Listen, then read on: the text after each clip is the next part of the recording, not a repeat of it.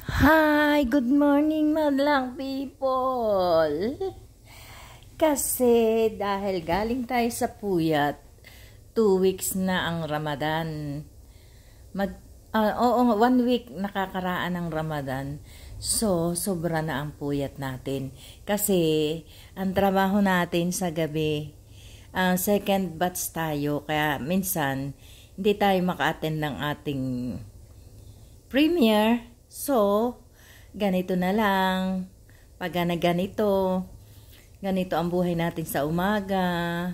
Gustuhin man nating bumangon ng maaga, hindi natin magawa kasi, ayan, nakahilata pa rin tayo.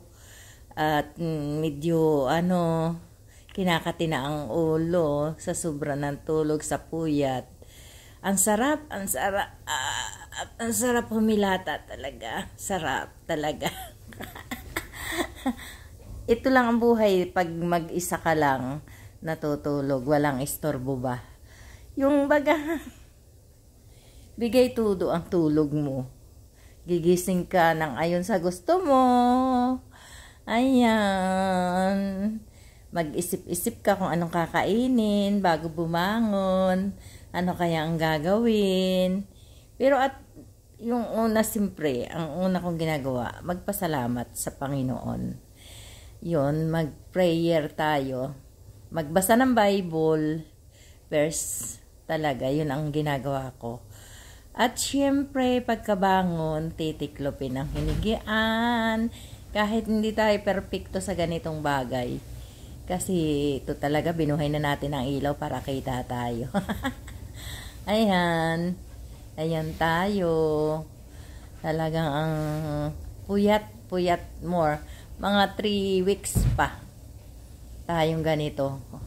Pang closing eh. Kaya ganito ang ating, ang buhay natin. Papasok tayo ng 3 o'clock ng hapon. Labas tayo ng 2 p.m.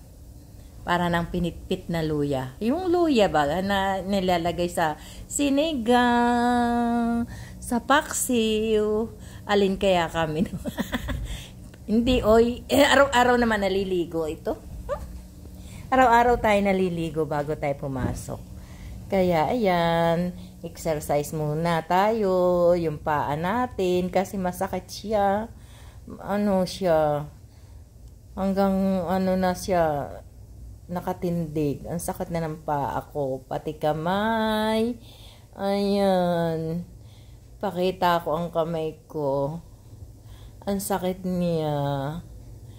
Ganyan tayo. Hindi tayo nagmamanicure. Tayo ang beautician na hindi nagkukulay ng mga kuko. Wala tayong kulay. Maikli lang ang kuko natin. Hindi tayo wala tayong arte sa katawan. Iyan. Ayan na.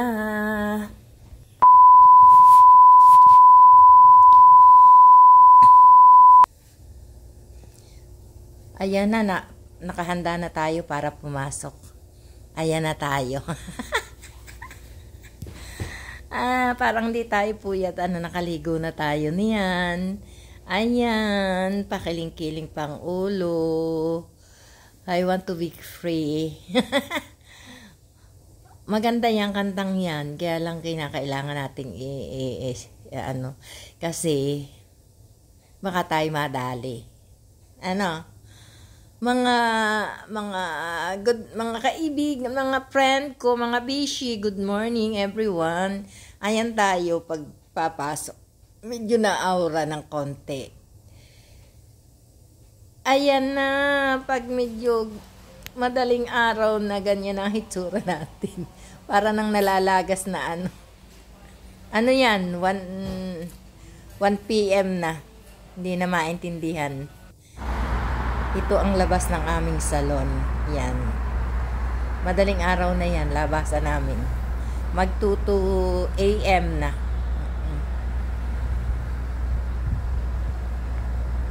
Ayan na.